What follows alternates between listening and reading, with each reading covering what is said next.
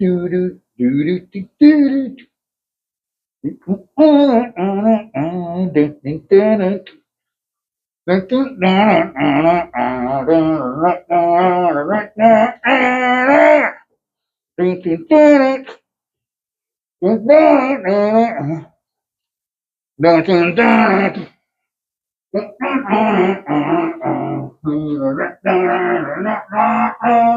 Happy? So we got that. Get busy this morning.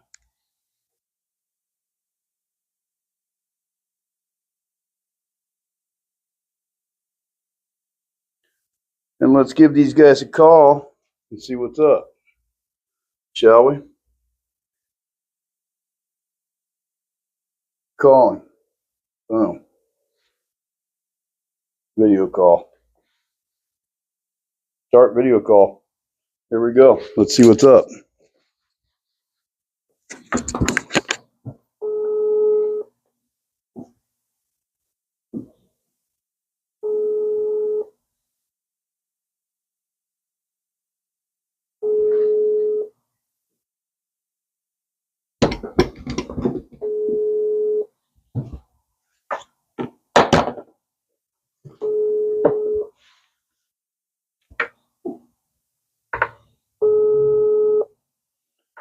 Calling Guffey 423, but they don't want to answer.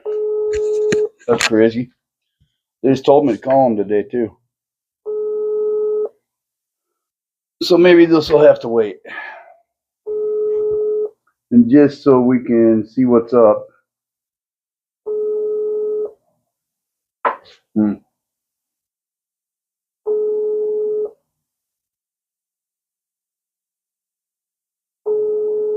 Let's see if they'll just do a normal. Let's just see if they'll do a normal call. And so before we do that, view contact.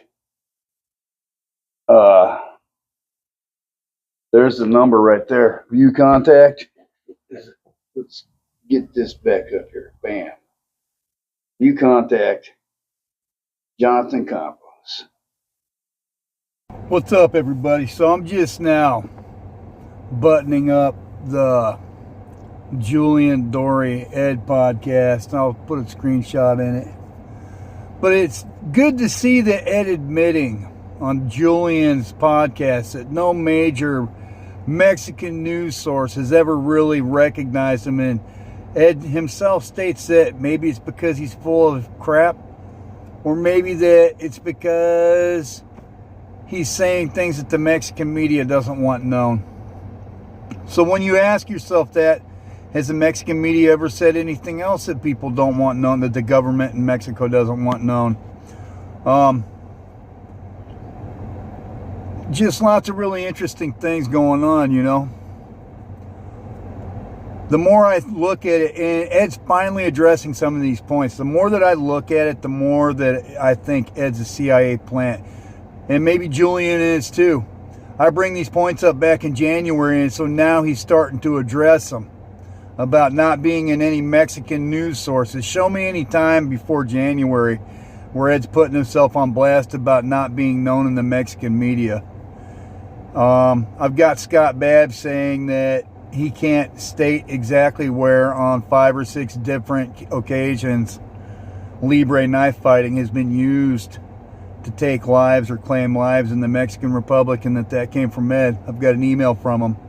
I've got Gafe 423's office assistant telling me that they're going to call me back later today, and I don't get anything. They're on their way to work. And Julian's talking about everything being unfiltered. So, but none of these people will return my emails or anything like that. And they know that I exist. I'm coming up on 25,000 views on YouTube now. So, you know, I was waterboarding myself today in my basement. I was putting a thing on. Ed's talking about having a cover over his head, and then that turns into a bag. Ed's talking about police in Mexico being socially dead, but that hasn't been my experience. And a lot of military and police and agents in Mexico get tons of action. So, you know, there's a lot of things. Julian, I don't have the platform that you got, Ed. I don't have the platform or the money that you guys got, but I'm right here and I'm not going anywhere. And the more that I look at it, the more I think you're a CIA plant. You cross yourself up too many times. I don't have any delusions about you ever actually letting me on your show. And you know, I don't disagree that you and Gaffe are both dangerous people. But here's the thing. I'm not going away. If I was going away or was scared of anything, I wouldn't have ever put that uniform on, which you to this day, Ed, you will not post a picture of yourself in uniform with any of the gray truck people that you're out on patrol with. You say on your first night on watch, on fire watch, that you didn't have a watch, but I'm dead sure that you had a cell phone or whatever. So, you know, there's so many questions I got, Ed. And I'm going to continue putting this stuff out there. And I think that you're fearful of actually having a podcast with me. You'll go on a show with a Mexican cartel drug dealer who has cartel hitman friends, and you'll go on a show with Gaffe 423, which I will also do. I'm in current communication with Gaffe's production people. But your ass won't go anywhere near a podcast with me because I'll out you. Straight up. I'm beyond being polite at this point. I've tried that. I've tried being friendly. I've tried being open, but I've tried money. You won't go on a show with me. Tells me you're probably working for the government. You know, you say that you quit the Tijuana State Police, and later that night you were in the United States. You say to Travis Haley that you left the United States that night, that Travis Haley has trained you somewhere, so you had to have had a visa. But I can't get Travis Haley in an email to admit to training you, but I can get him to return an email where he thinks it's a sales call. So, you know, everything that I say, your lack of accent, just leads me to more questions.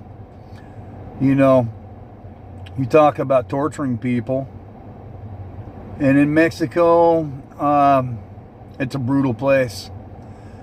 But I doubt that you would talk about torturing people that openly, knowing that you would bring about great wrath from people that were in charge of military zones if you were actively accusing them of torturing people, because there would be consequences and repercussions to that. Ed, I got a lot of questions for you, dude. I got a lot of questions.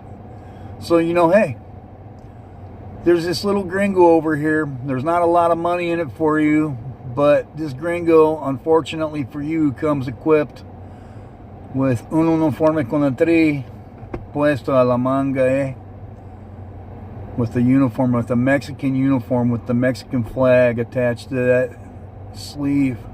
And I was there, and I am the thing that you never counted on. And Julian, Dorey, and everybody else, I can't wait till Camp Gagnon drops his videos and gives me a platform equal to what you guys got, because I'm pretty sure a lot of people would be interested in what I have to say. And showing up in Mexico against the cartels looking like this with my accent, I am absolutely fearless, dude. Fearless. So, hey, I was waterboarding myself today to see if Ed's weight holds water. Asphyxiating myself with the plastic bag to see if you could scream and all this other stuff. And I put my money where my mouth is. Eduardo, whatever your maternal last name is. Ciao.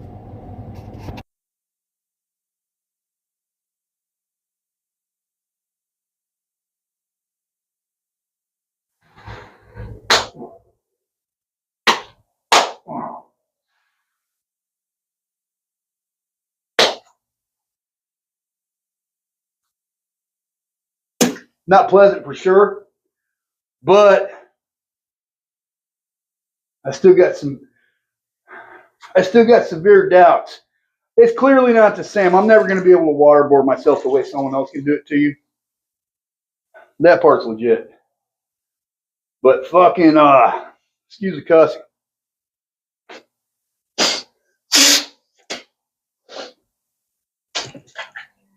Yo, let's open that water too, man. It's not pleasant. You know, I just got to say,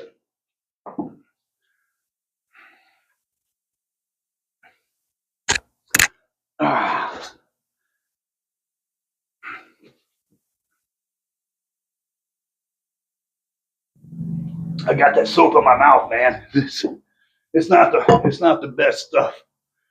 Anyways, sure. So I just got sick.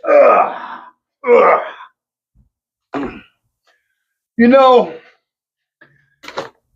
Ed talking so openly about this torture stuff, man. I'm not, man, I want to go back down to like Street Dave for a minute. I'm not fucking Andy Bustamante. I'm not Tommy G, and I'm not Julian Dorey. I work hard to have what I got, but also at the same time, I did wind up in Mexico for a long time, years, doing this stuff. And you know, the social suicide that he's talking about with chicks not digging on you, that hasn't been my experience. And my brothers, when I got them on my channel, maybe they can recount their experiences. I'm still waiting for Gafe 423 to show up and give me a call. Hadn't happened. And I don't have any idea how this is going to look.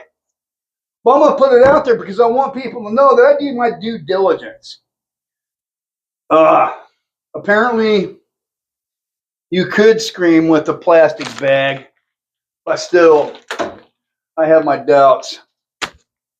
Severe doubts, and I definitely doubt that they're beating several police and then sending them back to work and then disappearing other ones with no trace. Like, and if you're law enforcement, you would know if these people were what's called in Spanish encarcelado, incarcerated somewhere. So when you're saying disappear, they're not at work and they're not in prison. Where else are they at? Are they home? What do their family members have to say about this? And if police were disappeared on a large scale like that, there would probably be a news story about it because one of their family members is sure as hell going to go talk to the media. So, you know, I got questions, Ed.